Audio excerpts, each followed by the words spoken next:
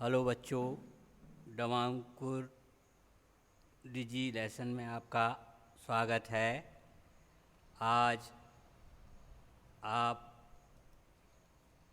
कक्षा 12 वाणिज्य संकाय में साझेदारी में नए साझेदार के प्रवेश पर मैं बात करूंगा कि साझेदारी में नए साझेदार का प्रवेश कैसे होता है, कौन कौन सी शर्तें होती हैं, क्या उसका आशय होता है, इस पर बात करेंगे। तो विगत दिनों से आप साझेदारी के विषय में मैं आपसे बात कर रहा हूँ। तो जैसे कि आपको मालूम है कि साझेदारी में कम से कम 2 व्यक्तियों की आवश्यकता होती है। 2 व्यक्ति होने पर ही साझेदारी होती है। अब यदि भविष्य में साझेदारों को आवश्यकता होती है, लगता है व्यापार को आगे बढ़ाने के लिए कि हम एक नए व्यक्ति को और जोड़ना चाहिए, नए व्यक्ति को और शामिल करना चाहिए, इसे नए साझेदार का प्रवेश बोलते हैं, नए साझेदार का प्रवेश कहा जाता है। तो भारतीय साझेदारी अधिनियम 1932 की धारा 31(1) के अनुसार सभी साझेदारों की सहमति थी। यहाँ ये बहुत बहुत महत्वपूर्ण बिंदु है कि साझेदारी में नए साझेदार को शामिल करने के लिए सभी साझेदारों की सहमति होना जरूरी है। अब उदाहरण के लिए मान लीजिए किसी फर्म में पहले से 20 साझेदार हैं और 21वें व्यक्ति को हमें जोड़ना है। तो यदि मान लीजिए 19 साझेदार 21वें व्यक्ति को जोड़ने के लिए सहमत है, लेकिन 20वां व्यक्ति इसके लिए सहमति नहीं देता है, तो नया व्यक्ति फर्म में शामिल नहीं किया जा सकता है। इसलिए सभी साझेदारों की सहमति से ही नए व्यक्ति को फर्म में शामिल करना नए साझेदार का प्रवेश कहलाता है। तो साधारण सी बात हो गई, फर्म पहले से कोई फर्म काम कर रही है, उसमें 4 साझेदार या 6 साझेदार या 10 साझेदार जो भी हैं, और एक कोई नए व्यक्ति को वो और शामिल करना चाहते हैं, तो उस नए व्यक्ति को सभी साझेदारों की सहमति से फर्म में शामिल किया जा सकता है। इसे नए साझेदार का प्रवेश बोलते हैं। अब नए साझेदार के प्रवेश की आवश्यकताएं कौन कौन सी होती है, वे कौन कौन सी परिस्थितियां होती हैं कि ताकि हमें नए व्यक्ति को साझेदार बनाने की आवश्यकता पड़ती है, या उसके कौन से कारण होते हैं, या कौन सी दशाएं होती हैं कि जब हम फर्म में नए साझेदार को जोड़ा जाता है। नंबर 1 है पूंजी की पूर्ति के लिए। किसी भी व्यापार के लिए पूंजी सबसे महत्वपूर्ण बात होती है। तो वर्तमान साझेदार फर्म के लिए अतिरिक्त पूंजी की पूर्ति नहीं कर सकते हैं, तो ऐसी स्थिति में फिर एक ही विकल्प बचता है उनके पास कि वे नए व्यक्ति को जोड़ करके उस पूंजी की पूर्ति करें। इसलिए नए व्यक्ति को साझेदार बना लेते हैं। दूसरा है विशिष्ट योग्यता। यदि कोई विशेष योग्यता रखने वाला, व्यापारिक जगत में विशेष योग्यता रखने वाला व्यक्ति की हमें आवश्यकता है और स्थायी रूप से हम उसकी योग्यता का लाभ लेना चाहते हैं, तो ऐसी स्थिति में हम उसको फर्म में साझेदार बना लेते हैं। तीसरा है प्रतिस्पर्धा समाप्त करने के लिए। यदि मान लीजिए एक कोई साझेदारी फर्म है और एक कोई व्यक्तिगत व्यक्ति है, दोनों के व्यापार की प्रवृत्ति एक जैसी है और उनके व्यापार में प्रतिस्पर्धा हो रही है, तो प्रतिस्पर्धा होने से दोनों को नुकसान होता है। तो उस प्रतिस्पर्धा को समाप्त करने के लिए उस व्यक्ति को फर्म में साझेदार बना लिया जाता है। चौथा है विदेश में कारोबार। जब फर्म विदेश में अपना कारोबार करना चाहती है, तो ऐसी स्थिति में उस देश के व्यक्ति को प्रवेश दिया जा सकता है, ये भी एक कारण होता है। प्रगति व समृद्धि के लिए व्यवसाय में प्रगति करना है, समृद्धि करना है, आगे और व्यवसाय को बढ़ाना है, तो ऐसे में हमें श्रम व पूंजी दोनों की आवश्यकता होती है। तो श्रम करने के लिए हमें अतिरिक्त व्यक्ति की आवश्यकता होगी, पूंजी के लिए भी अतिरिक्त पार्टनर की आवश्यकता होगी। तो ऐसी स्थिति में नए साझेदार को प्रवेश दे दिया जाता है। निवृत्ति या मृत्यु की दशा में यदि किसी साझेदार की मृत्यु हो जाती है, कोई साझेदार अवकाश ग्रहण कर लेता है, तो उसके रिक्त स्थान की पूर्ति करने के लिए भी नए साझेदार को फर्म में प्रवेश दिया जा सकता है। तो ये नए साझेदार के प्रवेश के कारण, आवश्यकता या औचित्य के नाम से जाने जाते हैं। इन कारणों से नए साझेदार को प्रवेश दिया जाता है। अब जब नया साझेदार प्रवेश करता है तो बहुत सारी चीज़ों में परिवर्तन हो जाता है, बहुत सारे तत्व बदल जाते हैं। जैसे अनुपात बदल जाएगा, पहले 2 लोगों में लाभ हानि बट रही है, अब तीसरा आ गया तो तीनों बटेगी। पहले 2 साझेदारों की पूंजी थी, तो अब 3 साझेदारों की पूंजी हो गई। अब संपत्ति और दायित्वों में का विभाजन भी 2 की जगह 3 में हो जाएगा। तो बहुत सारे परिवर्तन इसमें देखने को मिलते हैं। वो परिवर्तन कैसे होते हैं, वो व्यवहारिक होते हैं। जब व्यवहारिक आपको बताया जाएगा तब देखते हैं आप।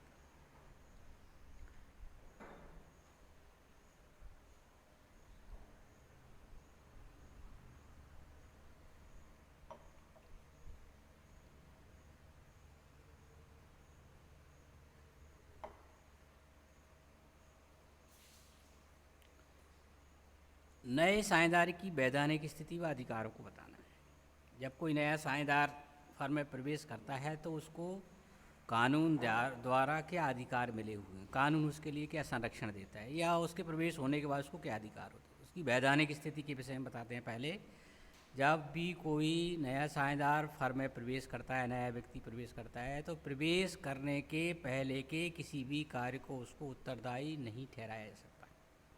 एक विधान उसको संरक्षण देता है। उसके प्रवेश होने के पहले के किसी भी दायित्व के लिए उसको उत्तरदायी नहीं ठहराया जाएगा, और प्रवेश के बाद के सभी कार्यों के लिए उत्तरदायी होगा। ये उसकी वैधानिक स्थिति होती है। यदि कहीं ऐसा हो जाता है कि पुराने साझेदारों ने कोई चीज़ जानबूझकर छिपा ली और नए साझेदार को प्रवेश दे दिया, और बाद में उसको ये पता चलता है कि ये तो मुझे बताया नहीं गया था, तो उसके लिए वो उत्तरदायी नहीं ठहरा सकते। लेकिन प्रवेश होने के बाद के किसी भी कार्य से बच नहीं सकता वो, उसके लिए सारे उत्तरदायित्व ग्रहण करना होगा। फिर अधिकार क्या है उसके, व्यापार की संपत्तियों पर अधिकार। नए साझेदार को व्यापार की संपत्तियों में हिस्सा प्राप्त करने के लिए उसको पूंजी लानी होती है, पूंजी लाता है, और लाभ में हिस्सा पाने के नए साझेदार को फर्म के लाभ में भाग प्राप्त करने के लिए पूंजी के अतिरिक्त ख्याति की राशि लाना होती है। 2 अमाउंट लेकर आता है, 2 अधिकार होते हैं। पहले अधिकार के लिए अर्थात संपत्तियों में हिस्सा प्राप्त करने के लिए पूंजी लाता है, और लाभ में हिस्सा प्राप्त करने के लिए उसको ख्याति की रकम देनी होती है। तो ये इसके वैधानिक अधिकार और वैधानिक स्थिति हो गई। अब नए साझेदार के प्रवेश के समय कौन कौन सी समस्याएं आती। जब नया साझेदार प्रवेश करेगा तो बहुत सारी चीज़ों में परिवर्तन होगा। वो परिवर्तन इतने सहजता के साथ नहीं हो सकते हैं, उनको व्यवहारिक रूप में करना ज़रा कठिन काम होता है। इन्हीं को हम समस्याओं के नाम से जानते हैं। बहुत सारे समायोजन करना पड़ते हैं, बहुत सारे परिवर्तन देखने को मिलते हैं। तो वो कौन कौन सी समस्याएं देखिए। जब नया साझेदार फर्म में प्रवेश करता है तो नए साझेदार की पूंजी का निर्धारण करना कठिन काम होता है कि जब नया साझेदार आएगा तो वो कितनी पूंजी लेके आएगा, पुराने साझेदारों के बराबर लाएगा, ज़्यादा लाएगा, कम लाएगा, या नहीं भी लाएगा। ये तय करना मुश्किल काम होता है। तो पहली समस्या नए साझेदार की पूंजी कितनी रहेगी, वो निर्धारण करना कठिन काम है। फिर दूसरा है लाभ विभाजन के अनुपात में परिवर्तन का समायोजन। नए साझेदार जो आएगा तो उसको लाभ में हिस्सा मिलेगा, तो लाभ विभाजन अनुपात बदल जाएगा। तो लाभ का हिस्सा वो सभी साझेदारों से, सभी पुराने साझेदारों से लेगा, या किसी एक से लेगा, और लेगा तो किस अनुपात में लेगा। ये काम करना थोड़ा कठिन काम होता है, ये समस्या रहती है। फिर ख्याति का उपचार। यदि फर्म की पुस्तकों में पहले से ख्याति है तो उस ख्याति का क्या किया जाएगा। सामान्यतः नए साझेदार के प्रवेश के समय पुराने ख्याति यदि होती है तो उस पर अधिकार पुराने साझेदारों का होता है, और पुराने साझेदार उसको आपस में बांट लेते हैं। और नया साझेदार भी आएगा तो ख्याति की राशि लाएगा, तो उसका क्या उपचार रहेगा, वो फर्म में रहेगी या नहीं रहेगी, ये काम करना भी कठिन होता है। चौथा है फर्म की संपत्तियों और दायित्वों के पुनर्मूल्यांकन का समायोजन करना।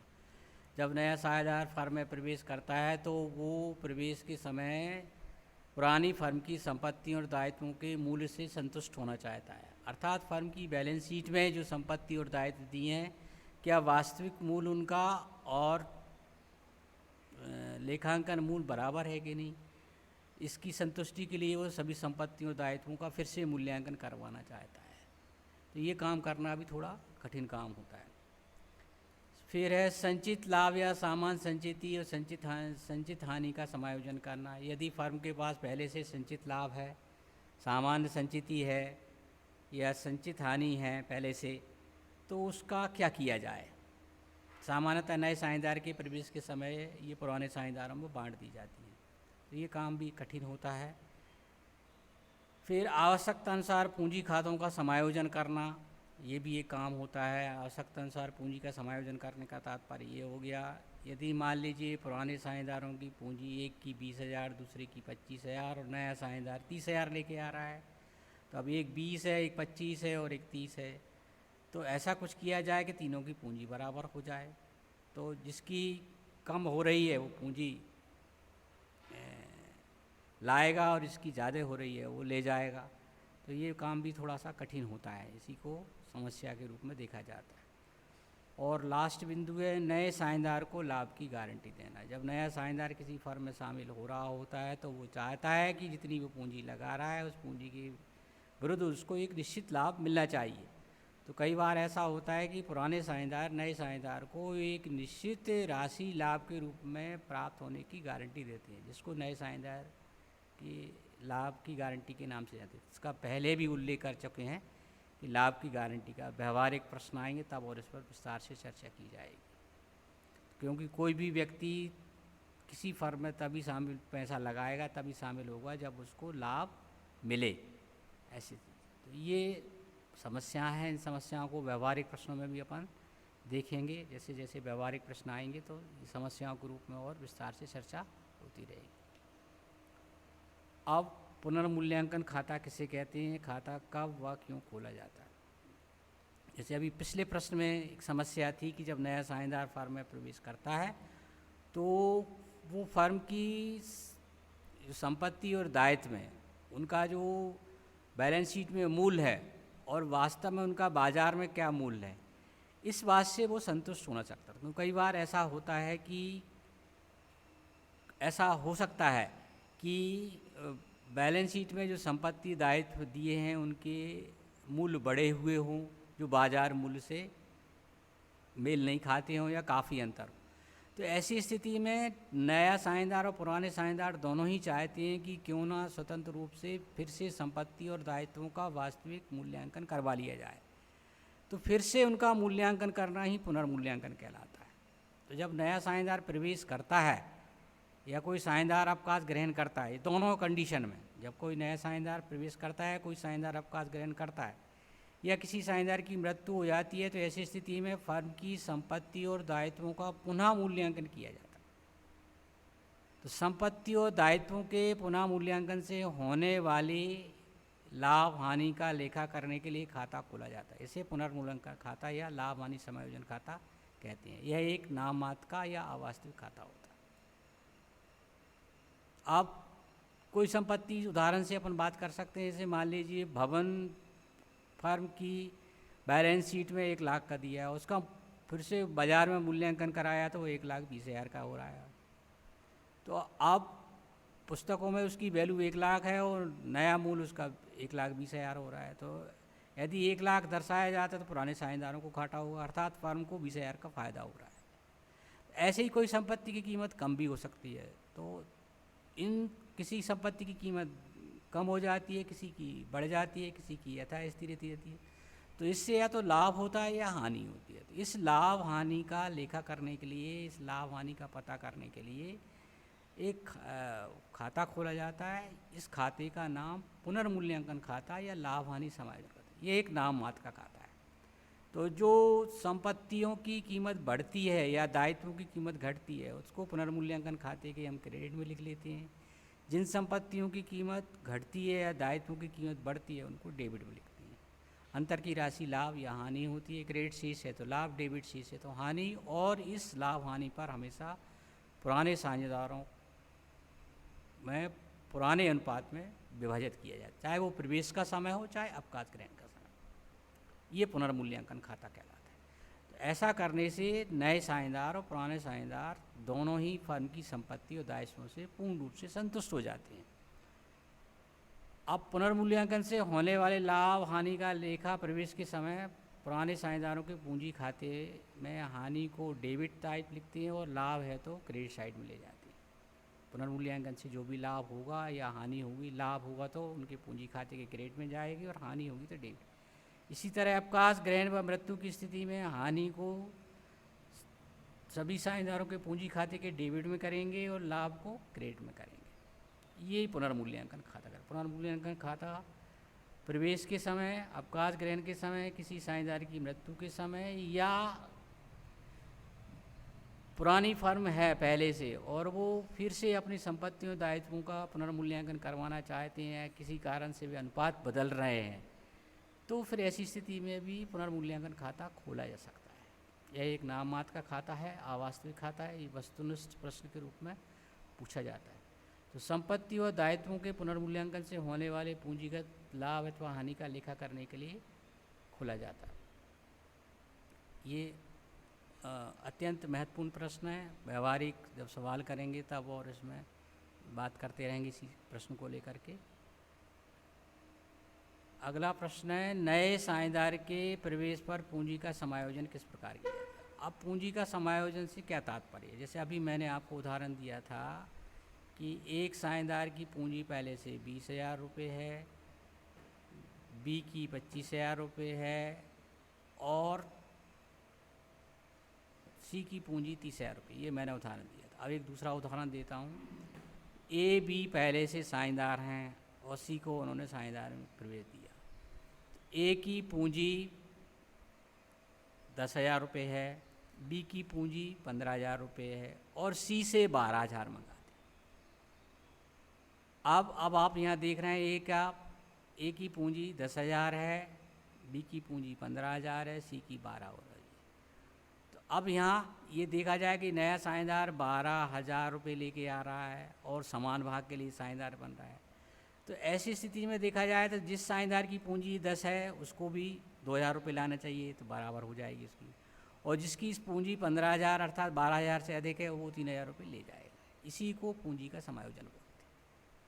अर्थात नया साझेदार यदि समान रूप से लाभ हानि अनुपात में शामिल हो रहा है और उनकी पूंजी में कोई विषमता है, किसी की पूंजी कम या ज़्यादा, कम होने पर पुराने साझेदार लेके आते हैं और अधिक होने पर पूंजी का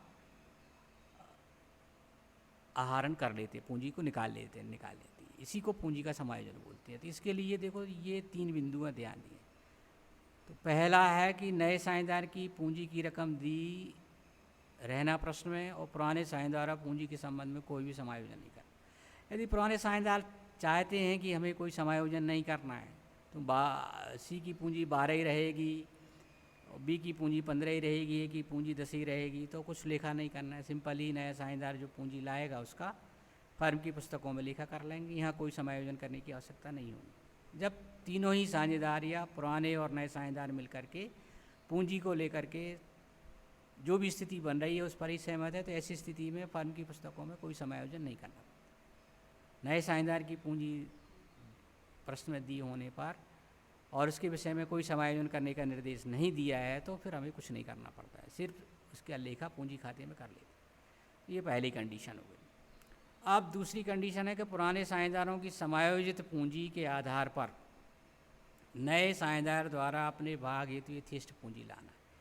इसके लिए सबसे पहले प्रवेश के समय के सभी समायोजन करके पुराने साझेदारों की नई पूंजी ज्ञात कर ली जाती है। इसी पूंजी के आधार पर नए साझेदार की पूंजी ज्ञात कर ली जाती है। अब यहाँ थोड़ा सा आप देखिए, जैसे मैं कहूँ कि पहले से ए और बी साझेदार हैं और उनकी पूंजी 20,000 रुपये। अब यहाँ समायोजन शब्द आया। समायोजन का मतलब है कि पुराना संचय है तो पुराने साझेदारों में बढ़ जाएगा, पुनर्मूल्यांकन से लाभ है तो उनकी पूंजी में जुड़ जाएगा, हानि है तो घट जाएगी, कोई हानि है तो उसको घटा देंगे। तो बहुत सारी ऐसी मदें होती हैं जिन पर पुराने साझेदारों का अधिकार होता है। तो कुछ चीज़ें उनकी पूंजी में जुड़ती हैं, कुछ चीज़ें पूंजी में से घटती हैं। अब सारी चीज़ों को जोड़ने घटाने के बाद मान लीजिए पुराने साझेदारों की पूंजी 30,000 रुपये हो जाती है। 10-10 हज़ार रुपये उनकी पूंजी खाते में पहले से बैलेंस था और 10,000 रुपये उनके समायोजन के और जुड़ गए। अब अपन देखते हैं कि पुराने साझेदार की जो पूंजी है वो 30,000 रुपये हो गई और वो बराबर के साझेदार।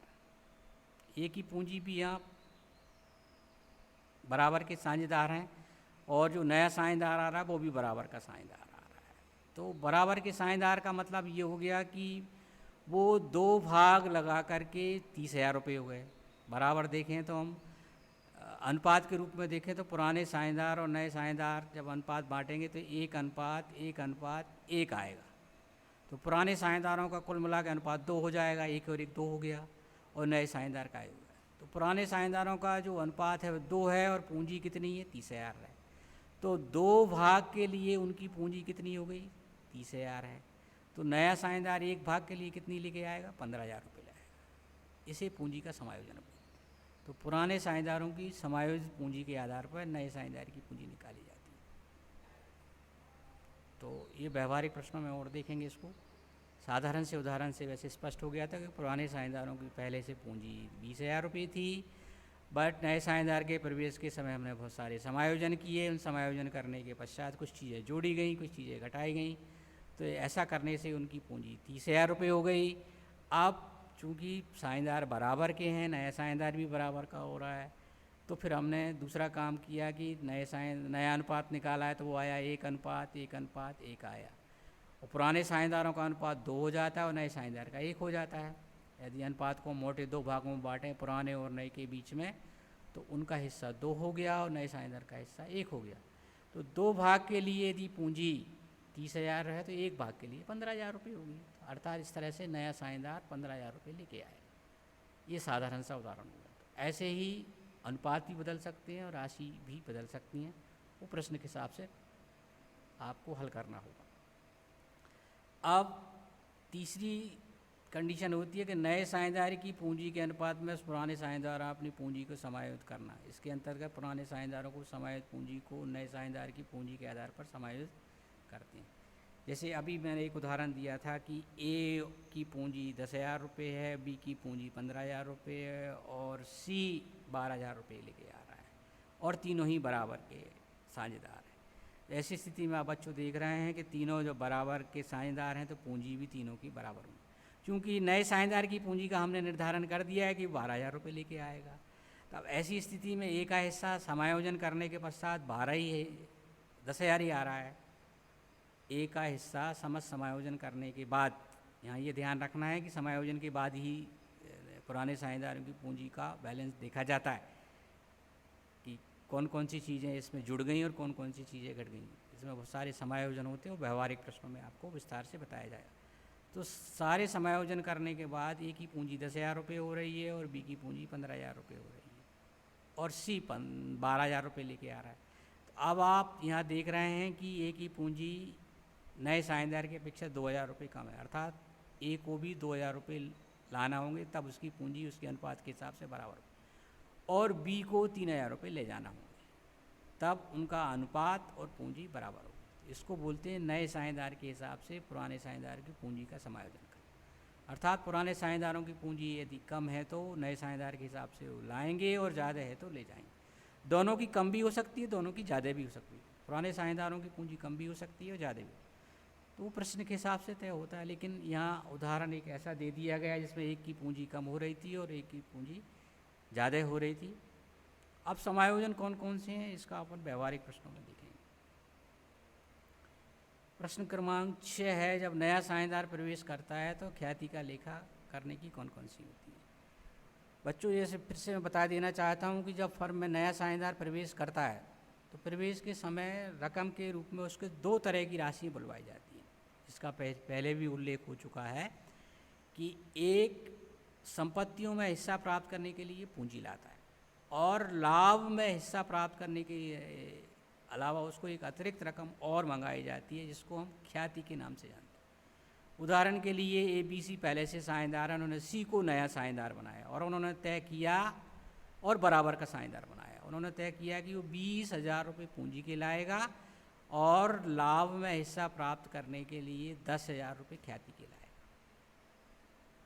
तो ये ख्याति का अमाउंट वो इसलिए देता है क्योंकि नए साझेदार के आ जाने से पुराने साझेदारों के लाभ में हमेशा के लिए कमी हो जाएगी। एक तरह से ये ख्याति वो लाभ प्राप्त करने के लिए दे रहा है, या ये कहें कि पुराने साझेदार अपने लाभ का हिस्सा नए साझेदारों को बेच रहे हैं, तो उसकी क्षतिपूर्ति के लिए पूंजी के अतिरिक्त उसको जो रकम देनी होती है वो ख्याति कहलाती है। इसके लिए तो वो प्रश्न की शर्तों के हिसाब से चलता है, फर्म की शर्तों के हिसाब से चलता है कि ख्याति की राशि लाना है नहीं। तो जब नया साझेदार फर्म में प्रवेश करता है तो फर्म में वह अपने लाभ का भाग विद्यमान साझेदारों से प्राप्त करता है। इसके लिए पूंजी की अतिरिक्त राशि लाता है जो लाभ के त्याग की क्षतिपूर्ति स्वरूप होती है। यह अतिरिक्त राशि ही उसके भाग की ख्याति होती है। इसे प्रीमियम की संज्ञा भी दी जाती है। प्रीमियम बोलते हैं, जब हम खाता खोलेंगे तो उसको ख्याति खाता ना बोल करके प्रीमियम या ब्याजी बोला जाए। इस तरह ख्याति के लेखा करने के लिए दो तरीके होते हैं, एक प्रीमियम विधि होती है और एक पुनर्मूल्यांकन विधि होती है। अब क्या पूंजी की जो राशि रहता है नया साझेदार, उसकी तो सिंपल एंट्री होती है, जैसे आप पहले भी करते चले आए थे। कक्षा 11 में आपने देखा था कि जब पूंजी आती है तो रोकड़ खाता डेबिट होता है, पूंजी खाता क्रेडिट होता है। यहाँ भी नया साझेदार पूंजी की राशि लाएगा तो रोकड़ खाता डेबिट होगा और जो साझेदार पूंजी ला रहा है उसका पूंजी खाता क्रेडिट हो जाएगा। लेकिन जो प्रीमियम की राशि या ख्याति की राशि वो ला रहा है तो उसके लिए लेखा कैसे होगा, उसकी एंट्री कैसे होगी, ये देखें। तो पहली है प्रीमियम विधि। प्रीमियम विधि के अंतर्गत तीन संभावनाएं होती हैं, तीन परिस्थितियां हो सकती हैं। एक, पुराने साझेदारों को प्राइवेट तौर पर नगद राशि दे दी जाए और इसके लिए फर्म की पुस्तकों में कोई लेखा नहीं किया जाए। पुराने साझेदार और नए साझेदार मिलकर तय कर रहे हैं कि जो ख्याति की राशि है वो हमें आप व्यक्तिगत तौर से बाहर के बाहर, अर्थात वो फर्म में पैसा नहीं लाना चाहती, बाहर के बाहर अपने लाभ के त्याग के बदले में वो पैसा ले लेती। ऐसी परिस्थिति में फर्म की पुस्तकों में कोई एंट्री नहीं होती, क्योंकि फर्म के पास कोई पैसा आ ही नहीं रहा है, इसका कोई लेखा नहीं किया जाएगा। ऐसा प्रश्न लिखा रहेगा क्लियर कि नया साझेदार जो आ रहा है ख्याति की राशि 10,000 रुपये ला रहा है और ये 10,000 रुपये पुराने साझेदार को बाहर के बाहर ही भुगतान कर रहा है, इसको प्राइवेट तौर पर गए। तो यहाँ फर्म की पुस्तकों में कोई पैसा आ ही नहीं रहा है, इसलिए उसका कोई लेखा होगा ही नहीं। अब दूसरी कंडीशन है नए साझेदार द्वारा ख्याति की राशि नगद लाना और वह राशि व्यापार में ही रहे। साझेदार चाहते हैं कि नया साझेदार ख्याति की राशि नगद लाएगा और वो उस राशि को व्यापार में ही रखना चाहते हैं, अर्थात वो निकाल कर नहीं ले जाना चाहते हैं। ऐसे में रोकड़ खाता डेबिट होता है या बैंक खाता डेबिट हो जाता है और जो साझेदार त्याग कर रहे हैं आप उनका पूंजी खाता क्रिएट करते हैं, ओल्ड पार्टनर्स कैपिटल। यदि पुराने साझेदारों के पूंजी खाते के साथ साथ चालू खाते हैं तो यहाँ पूंजी खाते के स्थान पर चालू खाता भी आ जाता है। बैंक शब्द का भी इस्तेमाल कर दिया है। नगद लाता है तो रोकड़, यदि चेक या ड्राफ्ट के माध्यम से आता है तो बैंक खाता भी लिखा जा सकता है। तो सिंपल एंट्री हो गई, रोकड़ खाता डेबिट हो गया और पुराने साझेदारों का पूंजी खाता। यहाँ पुराने साझेदारों से मतलब वही साझेदारों का नाम आएंगे जो त्याग कर रहे हैं। मान लीजिए अभी मैंने जो उदाहरण दिया था उसमें ए और बी थे और ए और बी त्याग कर रहे हैं, बराबर रूप से त्याग कर रहे हैं, तो इसकी एंट्री में कहूँ तो रोकड़ खाता डेबिट 10,000 रुपये हो जाएगी, टू ए का पूंजी खाता 5,000 रुपये, टू बी का पूंजी खाता 5,000, क्योंकि दोनों ही बराबर बराबर रूप से त्याग कर रहे हैं। इसलिए अब इसके स्थान पर ऐसी एंट्री भी की जा सकती है, जब ये प्रीमियम की राशि है तो ये सीधी पूंजी खाते में पहुंच गई तो रोकड़ खाता डेबिट करके और प्रीमियम खाता क्रेडिट कर लेते, क्योंकि ये वस्तुनिष्ठ में प्रश्न पूछा गया है कि नया साझेदार ख्याति की राशि लाता है तो कौन सा खाता क्रेडिट होता है, प्रीमियम खाता ही क्रेडिट होता है। ये शॉर्टकट एंट्री है, इसकी यदि पूरी एंट्री करेंगे तो उसको ऐसे लिखेंगे। ये एंट्री आपको सामने दिखाई दे रही है, ये तो की जा सकती है, और इसकी वास्तविक एंट्री कैसे होगी, रोकड़ खाता डेबिट होगा और प्रीमियम खाता क्रेडिट होगा 10,000 रुपये। फिर एक दूसरी एंट्री होगी, प्रीमियम खाता डेबिट होगा 10,000 से और ए का पूंजी खाता क्रेडिट 5,000 और बी का पूंजी खाता भी क्रेडिट होगा 5,000 रुपये। ऐसा हो, ये इसलिए बताना ज़रूरी है कि बोर्ड परीक्षा में वस्तुनिष्ठ प्रश्नों में ये पूछा गया है कि नया साझेदार जब ख्याति की राशि लाता है तो कौन सा खाता क्रेडिट होता है, प्रीमियम खाता क्रेडिट होता है। दोनों ही विकल्प हैं, दोनों ही तरह से इसको हल किया जा सकता है। तो ये प्रीमियम विधि में दूसरी कंडीशन हो गई, जब नया साझेदार ख्याति की राशि नगद ला रहा है और वो व्यापार में ही पुराने साझेदार उसको रखना चाहते हैं, तो इससे उनकी और पूंजी बढ़ जाती है। तीसरी कंडीशन है कि नया साझेदार ख्याति की राशि नगद लाएगा पर पुराने साझेदार उस ख्याति की राशि को निकाल लेना चाहते हैं, अर्थात अतिरिक्त पूंजी के रूप में नहीं रखना चाहते हैं। तो पहली एंट्री सेम एंट्री है दूसरी एंट्री की जैसी है, रोकड़ खाता डेबिट होता है और पुराने साझेदारों का पूंजी खाता या चालू खाता क्रेडिट किया जाता है। ये प्रश्न के ऊपर निर्भर करता है कि चालू खाते हैं फर्म में या पूंजी खाते हैं।